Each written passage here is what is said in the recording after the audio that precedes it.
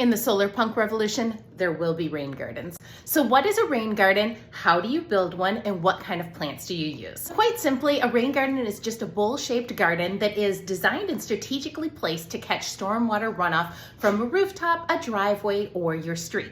It's one of these practices that we call green infrastructure because it harnesses the power of nature in a built environment. Oftentimes, rain gardens are installed by cities as part of a road improvement project, but people can also install rain gardens on their own at their own property. So what you're going to want to do first is you're going to look at your footprint of your home and your property where the water flows and identify all the possible places where a rain garden could be installed.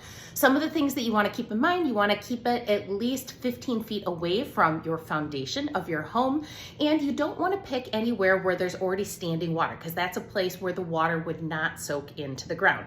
The whole goal of the rain gardens is to soak water into the ground within 24 hours, 48 hours max, or give it time to evaporate and be taken up by the plant. There are a lot of really great resources out there to help you design rain gardens. If you live in the upper Midwest, this Blue Thumb Guide to Rain Gardens is an excellent book, and it's got plant recommendations, step-by-step instructions, and even design blueprints that you can use. The Blue Thumb Planting for Clean Water program, which is bluethumb.org, also has a plant selector tool, and it has some designs online, as does the Minnesota Board of Water and Soil Resources Lawns to Legumes program. Depending on where you live, you can probably also get help from your Soil and Water Conservation District, your Soil and Water Conservation Department, or your local university extension office. All right, so let's get to the plants. There are honestly so many to choose from that I could not run through all of the different plants, but in general, you're going to want to put plants that can tolerate being wet in the bottom of the garden, and then you are going to put plants that are usually dry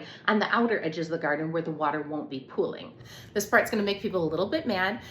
We do usually use native plants for our rain gardens, but if it's going to be in a boulevard strip along a roadway, we'll often incorporate non-native cultivars as well in order to keep the height down low enough and to ensure that there's a bloom throughout the season to keep them looking nice. You're going to want to do an infiltration test, which is basically just digging a little hole in your yard, filling it up with water, and then measuring how long it takes for that water to go down. And like I said, you're designing to make sure that the garden will drain within a day.